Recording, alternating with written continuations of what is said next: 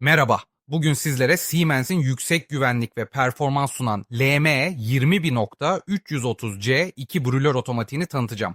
Bu model, gaz brülörlerinde kullanılan küçük ve orta kapasiteli sistemler için geliştirilmiş bir kontrol ünitesidir. 230 volt çalışma yapısı, 2 kademeli kontrol özelliği ve servo kontrol gerektirmeyen kompakt tasarımıyla bakım süreçlerini oldukça kolaylaştırır. Ayrıca maksimum 3 saniyelik güvenlik süresi ve 30 saniyelik ön süpürme süresi sayesinde yanma güvenliğini üst seviyeye taşır. Uzun ömürlü, stabil ve güvenilir bir çözüm arayanlar için ideal bir üründür.